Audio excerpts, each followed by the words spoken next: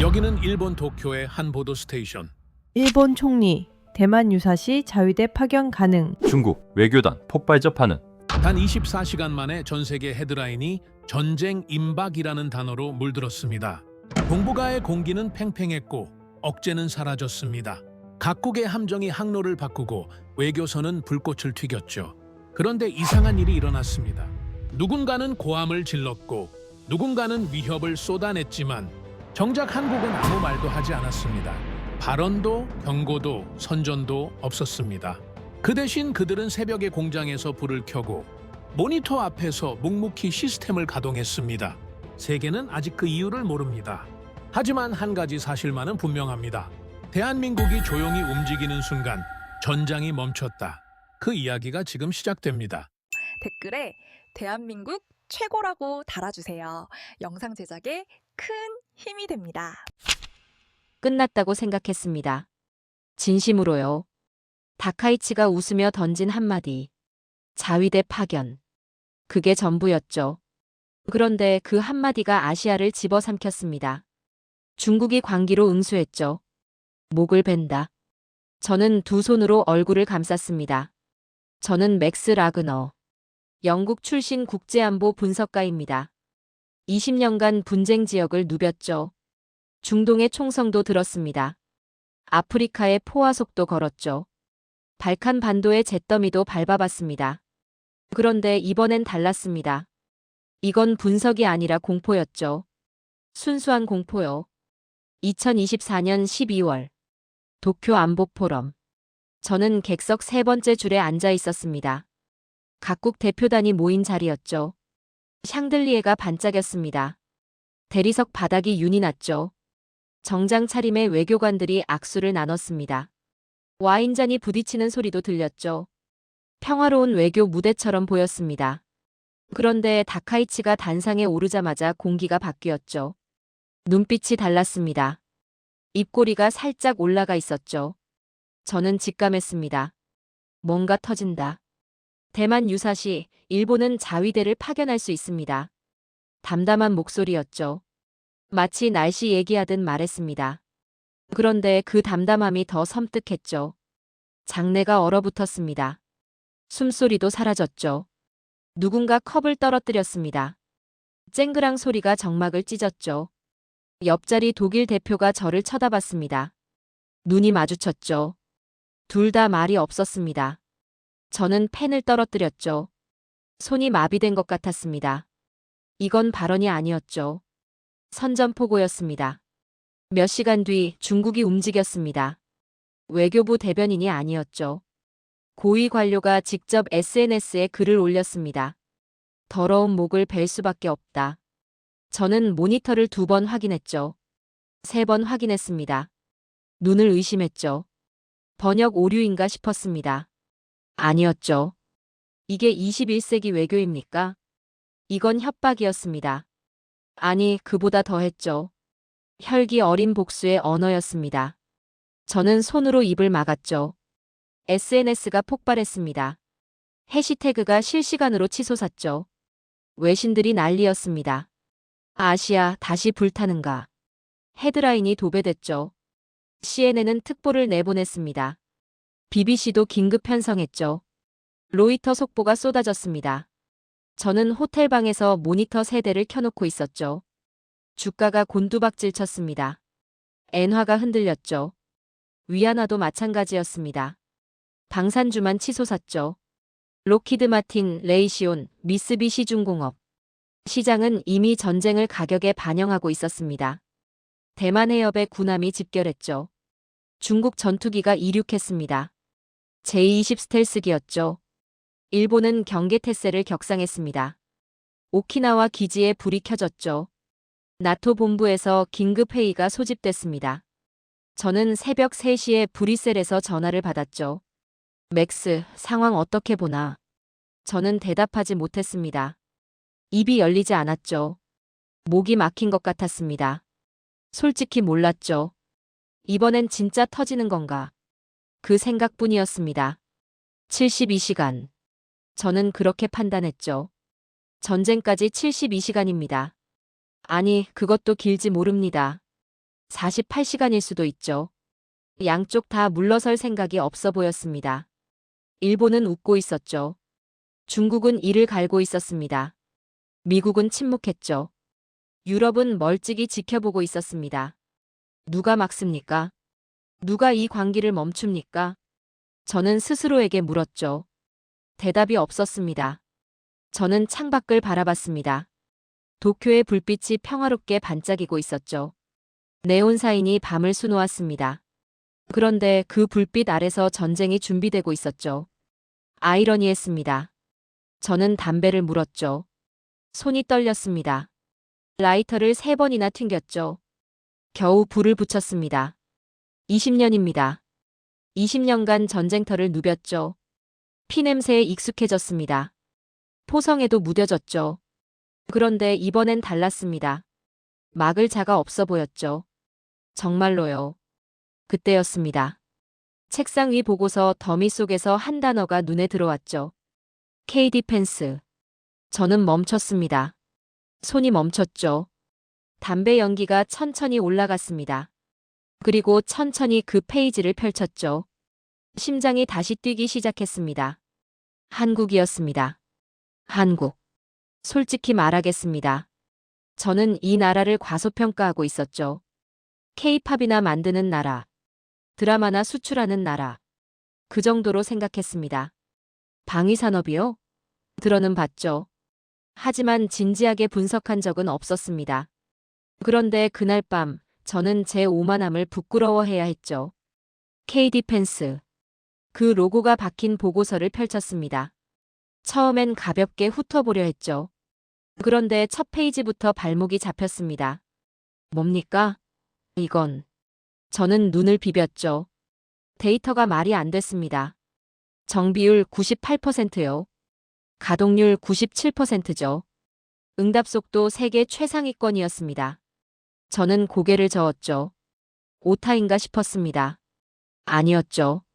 저는 밤새 자료를 뒤졌습니다. K2 전차, K9 자주포, KFX 전투기죠. 하나하나 분석했습니다. 놀라웠죠. 이건 그냥 무기가 아니었습니다. 시스템이었죠. 완성된 체계였습니다. 지휘, 통제, 정보, 타격. 모든 게 하나로 연결되어 있었죠. 저는 담배를 물었습니다. 손이 떨렸죠. 이번엔 공포가 아니었습니다. 경이로움이었죠. 훈련 영상을 찾아봤습니다. 유튜브에 공개된 것들이었죠. 저는 모니터에 얼굴을 바짝 붙였습니다. 믿기지 않았죠. 포탄이 날아가고 표적이 터졌습니다. 정확했죠. 너무 정확했습니다. 오차가 거의 없었죠. 저는 영상을 5번 돌려봤습니다. 10번 돌려봤죠. 볼 때마다 새로운 게 보였습니다. 그런데 진짜 충격은 따로 있었죠. 정비 기록이었습니다. 저는 나토에서 20년간 일했죠. 수많은 나라의 군사 데이터를 봤습니다. 그런데 이런 정비 기록은 처음이었죠. 꼼꼼했습니다. 집요했죠. 광적이라고 해도 될 정도였습니다. 볼트 하나, 너트 하나까지 기록되어 있었죠. 저는 헛웃음이 나왔습니다. 이건 군대가 아니라 정밀 공장이었죠. 새벽 4시. 저는 커피를 마시며 생각에 잠겼습니다. 일본은 과거를 되찾으려 하고 있죠.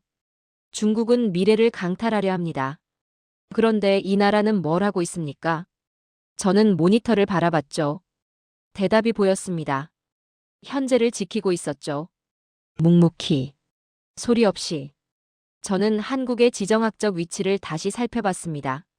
북쪽엔 북한이 있죠. 서쪽엔 중국이 있습니다. 동쪽엔 일본이 있죠. 사방이 긴장이었습니다. 한시도 긴장을 늦출 수 없는 위치였죠. 그런데 이 나라는 무너지지 않았습니다. 70년을 버텼죠. 아니, 버틴 게 아니었습니다. 성장했죠. 폭발적으로요. 전쟁의 폐허에서 시작했습니다. 보릿고개를 넘겼죠.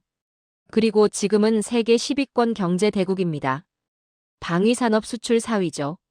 저는 고개를 저었습니다. 어떻게 이게 가능합니까? 저는 진심으로 궁금했죠. 그때 한 문장이 눈에 들어왔습니다. 한국 국방부의 오래된 보도자료였죠. 우리는 전쟁을 원하지 않는다. 그래서 준비한다. 짧은 문장이었습니다. 그런데 묵직했죠. 저는 그 문장을 3번 읽었습니다. 4번 읽었죠. 가슴이 뜨거워졌습니다. 이거였죠. 이게 답이었습니다. 억제. 진정한 억제는 무력이 아니었죠. 완성도였습니다. 준비된 자만이 전쟁을 막을 수 있죠. 저는 펜을 들었습니다. 노트에 한 줄을 적었죠. 희망은 소리 없이 작동한다. 그리고 그 아래 덧붙였습니다. 그 구조의 이름은 한국이다. 저는 결심했습니다. 직접 확인해야겠죠. 데이터만으론 부족했습니다. 이 나라를 직접 봐야 했죠. 저는 노트북을 열었습니다. 서울행 비행기를 검색했죠. 손가락이 빠르게 움직였습니다. 심장이 뛰었죠. 오랜만이었습니다. 이런 기대감은요. 창밖이 밝아오고 있었습니다. 도쿄의 아침이었죠. 그런데 제 마음은 이미 서울에 가 있었습니다. 인천공항에 내렸습니다. 새벽 5시였죠. 공항은 조용했습니다. 그런데 이상했죠. 긴장감이 느껴지지 않았습니다. 도쿄와는 완전히 달랐죠. 일본은 팽팽했습니다. 공기 자체가 날카로웠죠. 그런데 여기는요. 평온했습니다. 저는 고개를 갸웃거렸죠. 이 나라 사람들은 상황을 모르는 건가? 아니었습니다. 알고 있었죠. 너무 잘 알고 있었습니다. 공항 로비를 지나는데 군인들이 보였죠. 젊은 병사들이었습니다. 그런데 표정이 달랐죠. 겁먹은 얼굴이 아니었습니다. 담담했죠. 익숙한 표정이었습니다. 저는 20년간 전쟁터를 누볐죠. 수많은 군인을 봤습니다. 겁에 질린 얼굴도 봤죠. 허세 부리는 얼굴도 봤습니다. 그런데 이 표정은 처음이었죠. 준비된 자의 얼굴이었습니다. 서울로 향하는 차 안에서 창밖을 바라봤습니다. 도시가 깨어나고 있었죠. 불빛이 하나둘 켜졌습니다. 사람들이 출근을 시작했죠. 평범한 아침이었습니다. 그런데 저는 알고 있었죠. 이 평범함 뒤에 뭐가 있는지를요. 70년간의 긴장이 있었습니다. 휴전선 너머에 포성이 있었죠. 그런데 이 나라는 무너지지 않았습니다. 일상을 지켜냈죠. 첫 방문지는 방위산업 전시관이었습니다. 저는 초대를 받았죠. 나토 자문위원 출신이라는 타이틀이 도움이 됐습니다. 전시관 문을 열자마자 숨이 멎었죠. K2 전차가 눈앞에 있었습니다. 사진으로만 보던 그 전차였죠. 저는 다가가서 손으로 만져봤습니다. 차갑고 단단했죠. 그런데 이상하게 온기가 느껴졌습니다. 이걸 만든 사람들의 온기였죠. 설명을 듣기 시작했습니다. 가이드는 젊은 여성이었죠. 영어가 유창했습니다. 그런데 그것보다 인상적인 게 있었죠. 자부심이었습니다. 눈빛에서 느껴졌죠. 목소리에서 느껴졌습니다. 이건 연기가 아니었죠. 진짜였습니다.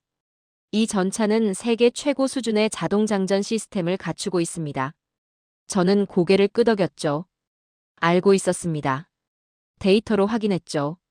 그런데 직접 보니까 달랐습니다. 실감이 났죠. 저는 질문을 던졌습니다. 정비율이 98%라고 들었는데 사실입니까? 가이드가 웃었죠. 작년 기준으로는 98.7%였습니다. 저는 입이 벌어졌죠. 농담하는 표정이 아니었습니다. 다음은 훈련장이었습니다. 실시간 모의 훈련을 볼 수 있었죠. 저는 관람석에 앉았습니다. 심장이 뛰었죠. 훈련이 시작됐습니다. 저는 눈을 뗄 수 없었죠. 포탄이 날아갔습니다. 표적이 터졌죠. 정확했습니다. 영상으로 볼 때보다 더 정확했죠. 그런데 진짜 놀라운 건 따로 있었습니다. 움직임이었죠. 지휘, 통제, 정보, 타격. 모든 게 한 호흡으로 움직였습니다. 마치 하나의 생명체 같았죠. 저는 숨을 삼켰습니다. 이건 훈련이 아니었죠. 예술이었습니다. 훈련이 끝났습니다. 저는 한동안 자리에서 일어나지 못했죠. 옆에 있던 한국 장교가 물었습니다. 어떠셨습니까? 저는 솔직하게 대답했죠. 20년간 이런 건 처음 봤습니다. 장교가 미소 지었습니다. 겸손한 미소였죠. 자랑하지 않았습니다. 저녁에는 국방연구원을 방문했습니다. 연구원들과 대화를 나눴죠. 젊은 연구원이 많았습니다. 30대, 40대였죠. 눈빛이 살아 있었습니다. 열정이 느껴졌죠. 한 연구원이 말했습니다. 우리는 전쟁을 원하지 않습니다. 그래서 이렇게 준비하는 겁니다. 저는 가슴이 뜨거워졌죠. 아까 본 그 문장이었습니다. 보도자료에 있던 그 문장이죠. 그런데 직접 들으니까 달랐습니다. 무게가 달랐죠. 호텔로 돌아왔습니다. 저는 창가에 앉았죠. 서울의 야경이 펼쳐졌습니다. 화려했죠. 그런데 저는 알고 있었습니다. 이 불빛들 뒤에 뭐가 있는지를요. 70년간의 노력이 있었죠. 피와 땀이 있었습니다. 그리고 준비가 있었죠. 소리 없는 준비요. 저는 노트를 펼쳤습니다. 펜을 들었죠. 그리고 한 문장을 적었습니다. 이 작은 나라는 포화 대신 정비 매뉴얼로 전쟁을 이기고 있다. 손이 떨렸죠. 감동 때문이었습니다. 저는 20년간 전쟁을 분석했습니다. 힘의 논리를 믿었죠.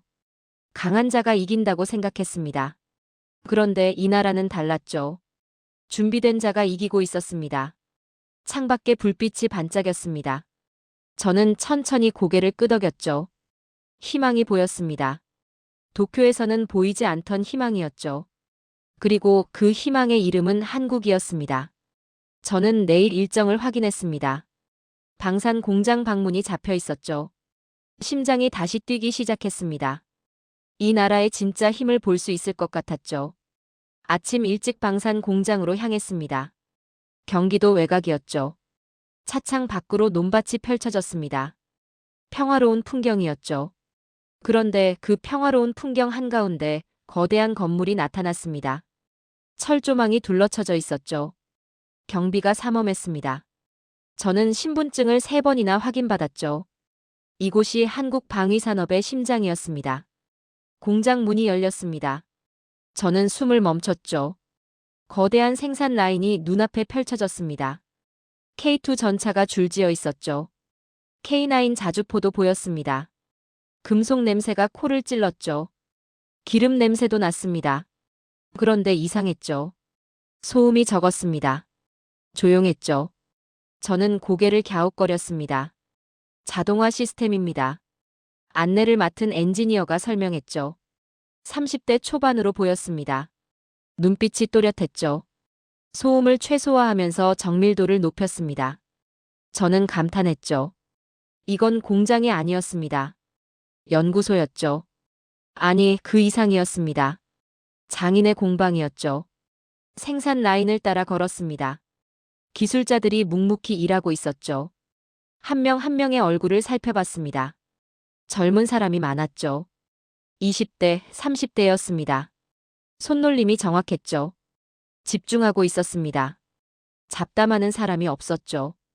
저는 20년간 수많은 방산 공장을 봤습니다. 유럽도 봤죠. 미국도 봤습니다. 그런데 이런 분위기는 처음이었죠. 경건했습니다. 점심시간이 됐습니다. 구내식당에서 밥을 먹었죠. 기술자들과 같은 테이블에 앉았습니다. 젊은 정비공이 옆에 있었죠. 손등에 기름이 묻어 있었습니다. 저는 물었죠. 일이 힘들지 않습니까? 정비공이 고개를 저었습니다. 힘들죠. 그런데 보람 있습니다. 저는 왜냐고 물었죠. 정비공이 잠시 생각하더니 대답했습니다. 우리가 만든 게 나라를 지키니까요. 저는 젓가락을 내려놓았습니다.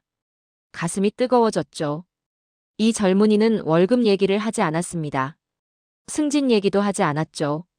나라를 지킨다고 했습니다. 진심이었죠. 눈빛에서 느껴졌습니다. 오후 2시. 공장 견학을 마치고 회의실로 이동했습니다. 브리핑이 예정되어 있었죠. 그런데 분위기가 이상했습니다. 사람들이 웅성거렸죠. 핸드폰을 꺼내 들고 있었습니다. 무슨 일인가 싶었죠. 저도 핸드폰을 확인했습니다. 심장이 멎었습니다. 속보가 떠 있었죠. 중국 대규모 사이버 공격 감행. 저는 눈을 의심했습니다. 기사를 읽었죠. 한국 통신망 일부가 마비됐다고 했습니다. 군 통신에도 영향이 있다는 소문이 돌았죠. 외신이 난리였습니다. 한국 시스템 붕괴. 헤드라인이 자극적이었죠. 저는 손이 떨렸습니다. 회의실 불이 꺼졌습니다. 갑자기였죠. 모니터도 꺼졌습니다. 에어컨도 멈췄죠. 정적이 찾아왔습니다. 저는 숨을 멈췄죠. 설마요. 여기까지 뚫린 겁니까? 아무도 말하지 않았습니다. 어둠 속에서 숨소리만 들렸죠. 시간이 멈춘 것 같았습니다. 1분이 지났죠. 2분이 지났습니다. 저는 주먹을 움켜쥐었죠. 손바닥에 땀이 찼습니다. 이게 끝인가? 저는 진심으로 그렇게 생각했죠. 5분이 지났습니다. 여전히 어두웠죠. 저는 옆에 있던 엔지니어에게 물었습니다. 괜찮은 겁니까? 엔지니어가 대답했죠.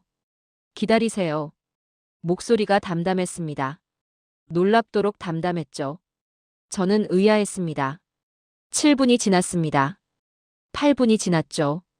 저는 불안했습니다. 그런데 주변 사람들은 달랐죠. 동요하지 않았습니다.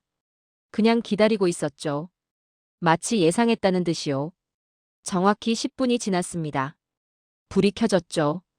모니터가 살아났습니다. 에어컨이 돌아갔죠. 모든 게 정상이었습니다. 저는 멍하니 앉아 있었죠. 무슨 일이 벌어진 겁니까? 엔지니어가 설명했습니다. 백업 시스템이 작동했습니다. 저는 물었죠. 10분이나 걸린 건 왜입니까? 엔지니어가 대답했습니다. 완전한 복구를 위해서입니다. 서두르면 안 됩니다. 저는 고개를 끄덕였죠. 그제야 이해했습니다. 이들은 당황하지 않았던 게 아니었죠. 준비되어 있었던 겁니다. 저는 창밖을 바라봤습니다. 하늘이 어두워지고 있었죠. 그런데 공장의 불빛은 환했습니다. 꺼지지 않았죠. 저는 펜을 들었습니다. 노트에 한 줄을 적었죠. 그들은 위기조차 훈련의 일부로 만들었다. 저는 깨달았습니다. 이 나라의 진짜 힘은 무기가 아니었죠. 준비였습니다. 그리고 그 준비는 10분의 침묵 속에서 증명됐죠. 다음 날 아침. 저는 호텔에서 눈을 떴습니다. 핸드폰부터 확인했죠. 속보가 쏟아지고 있었습니다. 저는 눈을 비볐죠. 믿기지 않았습니다. 한국 사이버 공격 완전 복구. 세계 최단 시간 기록.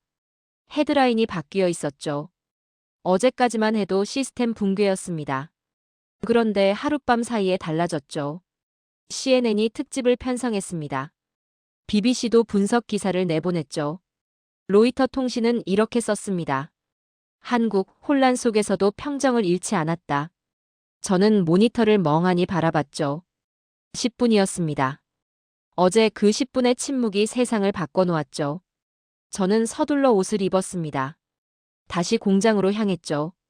어제 못다 한 얘기가 있었습니다. 직접 확인하고 싶었죠. 차 안에서 창밖을 바라봤습니다. 서울 시내는 평소와 다름없었죠.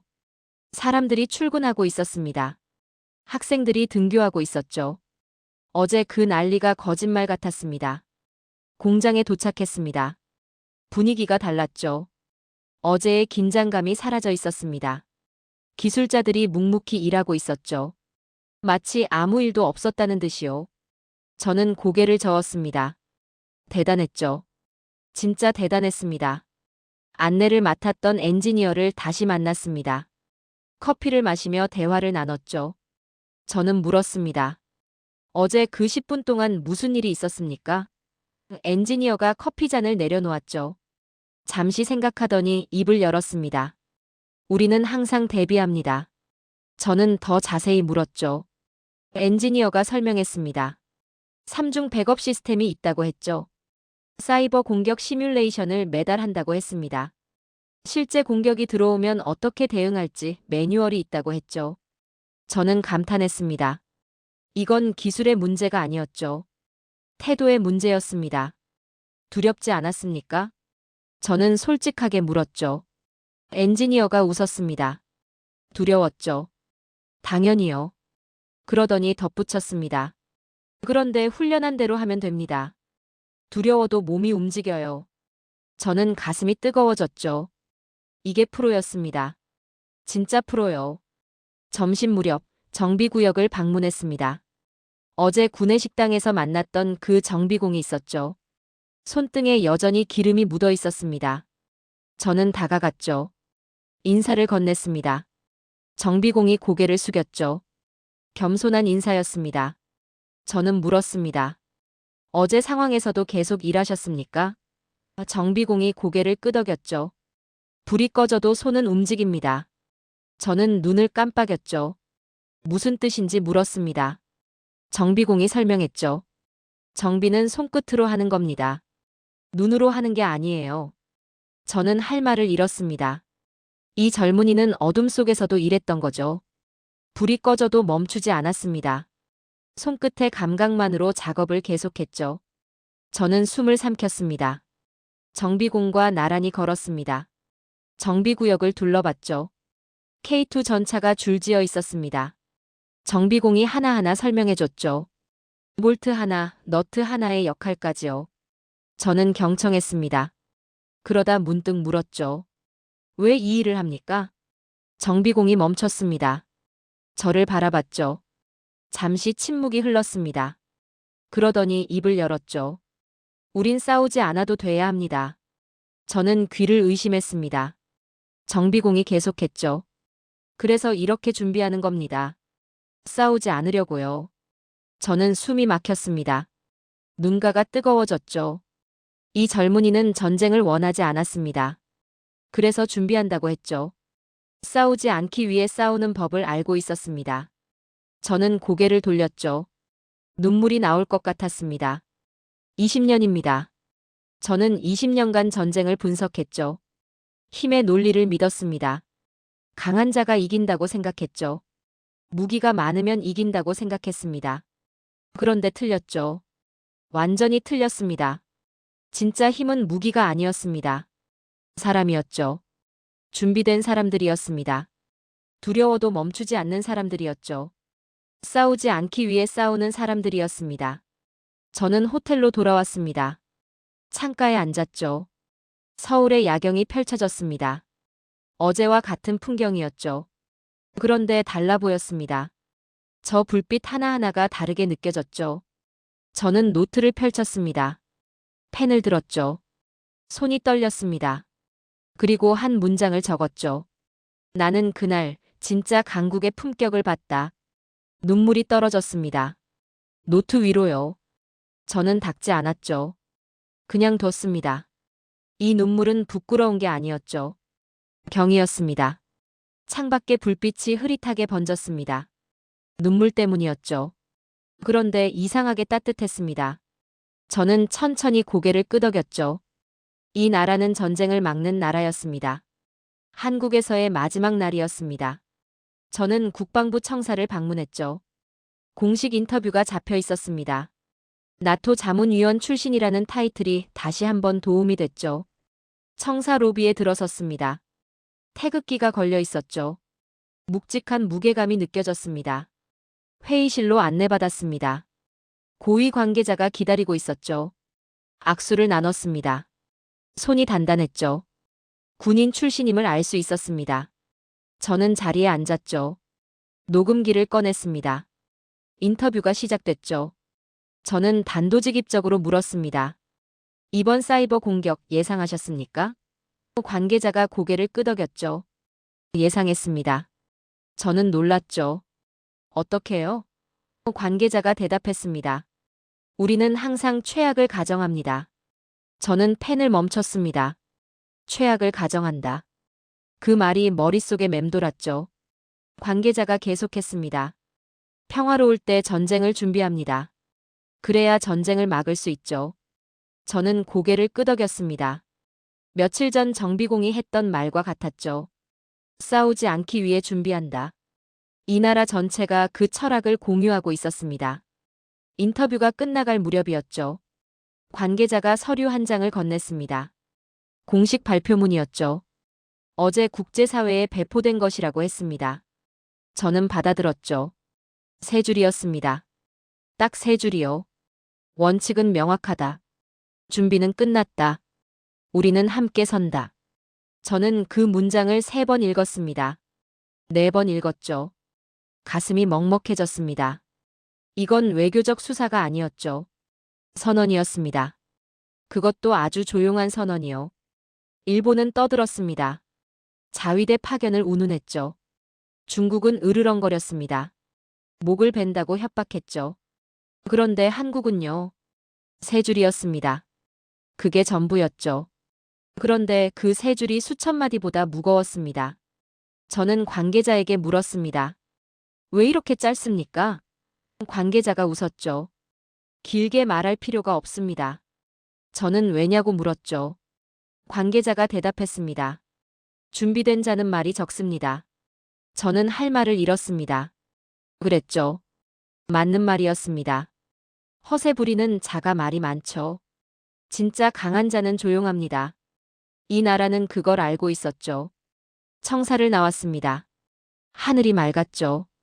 저는 잠시 멈춰 섰습니다. 태극기가 바람에 펄럭이고 있었죠.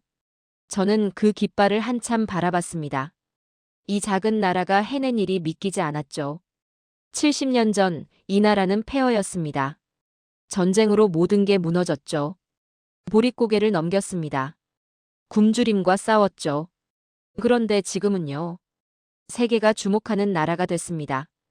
방위산업 수출 4위죠. 사이버 방어 최강국입니다. 어떻게 이게 가능합니까? 저는 깨달았습니다. 비결은 단순했죠. 준비였습니다. 끊임없는 준비요. 평화로울 때도 멈추지 않았죠. 위기가 와도 흔들리지 않았습니다.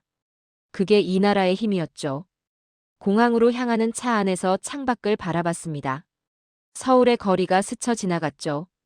사람들이 일상을 살고 있었습니다. 웃고 있었죠. 커피를 마시고 있었습니다. 전쟁의 그림자 따위 없었죠. 그런데 저는 알고 있었습니다. 이 평화가 그냥 온 게 아니라는 걸요. 인천공항에 도착했습니다. 출국장으로 향했죠. 발걸음이 무거웠습니다. 떠나기 싫었죠. 이상한 감정이었습니다. 일주일 전만 해도 이 나라를 과소평가했죠. 그런데 지금은요. 존경하고 있었습니다. 비행기에 올랐습니다. 창가 자리였죠. 이륙하면서 창밖을 내다봤습니다. 한반도가 작아지고 있었죠. 저는 가슴에 손을 얹었습니다. 무언가 달라져 있었죠. 제 안에서요. 저는 노트를 펼쳤습니다. 펜을 들었죠. 그리고 마지막 문장을 적었습니다. 억제는 무력이 아니라 완성도에서 나온다. 그리고 그 완성도의 이름은 한국이다. 비행기가 구름 위로 올라갔습니다. 저는 눈을 감았죠. 브뤼셀로 돌아가면 할 일이 있었습니다. 이 이야기를 세상에 전해야 했죠. 조용히 전쟁을 막는 나라. 그 나라의 이름을요. 저는 결심했습니다. 나토 안보 포럼에서 발표하겠다고요. 세계가 알아야 했습니다. 진짜 강국이 뭔지를요. 브뤼셀로 돌아왔습니다. 일주일 만이었죠. 그런데 세상이 달라져 있었습니다. 나토 본부가 술렁이고 있었죠. 복도에서 마주치는 동료들마다 저를 붙잡았습니다. 맥스, 한국에 다녀왔다며? 저는 고개를 끄덕였죠. 직접 봤어? 저는 다시 고개를 끄덕였습니다. 동료들의 눈빛이 달랐죠. 호기심이 가득했습니다. 긴급회의가 소집됐습니다. 유엔 안보리에서도 논의가 시작됐죠. 주제는 하나였습니다. 한국형 억제 체계. 저는 회의실 한쪽에 앉아 있었죠. 각국 대표들이 발언했습니다. 미국, 영국, 프랑스, 독일. 모두가 같은 말을 했죠. 한국 모델을 연구해야 한다. 저는 가슴이 뛰었습니다. 일주일 전만 해도 이 자리에서 한국은 화제가 아니었죠. K-팝이나 드라마로 알려진 나라였습니다. 그런데 지금은요. 안보 전문가들이 진지하게 토론하고 있었죠. 저는 속으로 중얼거렸습니다. 세상이 변하고 있다. 며칠 뒤 파리에서 국제방산 박람회가 열렸습니다. 저는 초청을 받았죠. 현장에 도착했습니다. 인파가 어마어마했죠. 그런데 사람들이 몰려있는 곳이 있었습니다. 한국 부스였죠. 저는 천천히 다가갔습니다. K-디펜스 로고가 빛나고 있었죠. 자율복구 C4I 시스템이 전시되어 있었습니다. 각국 대표단이 모여 있었죠. 설명을 듣고 있었습니다. 저는 뒤쪽에 섰죠. 귀를 기울였습니다. 시연이 시작됐습니다. 시스템이 작동했죠. 화면에 데이터가 흘렀습니다. 공격 시뮬레이션이었죠. 사이버 공격이 들어왔습니다. 시스템이 감지했죠. 차단했습니다. 복구했죠. 10분이 채 안 걸렸습니다. 장내가 조용해졌습니다. 박수가 없었죠. 저는 주변을 둘러봤습니다. 사람들의 표정이 굳어 있었죠. 놀란 게 아니었습니다. 경악한 거였죠. 저는 알았습니다. 이 침묵의 의미를요. 경애였죠. 한 달 뒤 브뤼셀 안보 포럼이 열렸습니다. 저는 발표자로 섰죠. 무대 위에 올랐습니다. 조명이 눈부셨죠. 객석을 바라봤습니다. 수백 명이 앉아 있었죠. 유럽 각국의 안보 전문가들이었습니다. 장관급 인사들도 보였죠. 저는 심호흡을 했습니다. 오늘 저는 한국에 대해 말씀드리겠습니다. 첫 문장을 던졌죠. 장내가 조용해졌습니다. 저는 계속했죠. 한국에서 본 것들을 이야기했습니다. 방산 공장의 기술자들이요. 어둠 속에서도 일하던 정비공이죠. 10분 만에 복구된 시스템이었습니다. 그리고 3줄짜리 발표문이요. 원칙은 명확하다.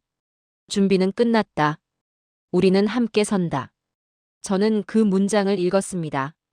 목소리가 떨렸죠. 감정이 올라왔습니다. 참으려 했죠. 하지만 소용없었습니다. 이 나라는 전쟁을 막았습니다. 저는 말했죠. 목소리가 갈라졌습니다. 포화 한 발 없이요. 위협 한마디 없이요. 오직 준비만으로요. 장내가 고요해졌습니다. 숨소리조차 들리지 않았죠. 저는 마지막 말을 이었습니다. 강한 나라는 전쟁을 이기는 나라가 아닙니다. 전쟁을 피할 수 있는 나라입니다. 그리고 오늘 저는 그 나라를 봤습니다. 침묵이 흘렀습니다. 1초요. 2초요. 3초였죠. 저는 가슴이 조여왔습니다. 실패했나 싶었죠. 그때였습니다. 누군가 일어섰죠. 박수를 치기 시작했습니다. 1명이요. 2명이요. 10명이 됐죠. 20명이 됐습니다. 순식간에 장내 전체가 일어섰죠. 기립박수였습니다. 저는 무대 위에 서 있었습니다. 눈물이 흘렀죠. 멈출 수가 없었습니다. 20년입니다. 20년간 전쟁을 분석했죠. 힘의 논리를 믿었습니다. 그런데 오늘 그 믿음이 무너졌죠. 아니, 새로 세워졌습니다. 박수가 3분간 계속됐습니다. 저는 고개를 숙였죠. 감사 인사를 했습니다. 그리고 무대를 내려왔죠. 복도에서 한 기자가 다가왔습니다. 마이크를 들이밀었죠. 한국을 한마디로 표현한다면? 저는 잠시 생각했습니다. 그리고 대답했죠. quiet power. 조용한 힘이었습니다. 그게 한국이었죠. 브뤼셀 포럼 이후 세상이 움직이기 시작했습니다. 제 발표가 기폭제가 됐죠. 유럽 각국에서 연락이 쏟아졌습니다. 한국 모델을 도입하고 싶다는 거였죠. 폴란드가 먼저 움직였습니다. 체코가 뒤따랐죠. 루마니아도 관심을 보였습니다. 그뿐이 아니었죠. 중동에서도 연락이 왔습니다. 사우디아라비아였죠. 아랍에미리트도 있었습니다. 동남아시아에서도 문의가 쏟아졌죠. 인도네시아, 필리핀, 태국이었습니다. K-디펜스가 글로벌 표준으로 떠오르고 있었죠. 저는 관련 뉴스를 스크랩했습니다. 매일 새로운 기사가 올라왔죠. 한국 방산 유럽 시장 진출 가속화.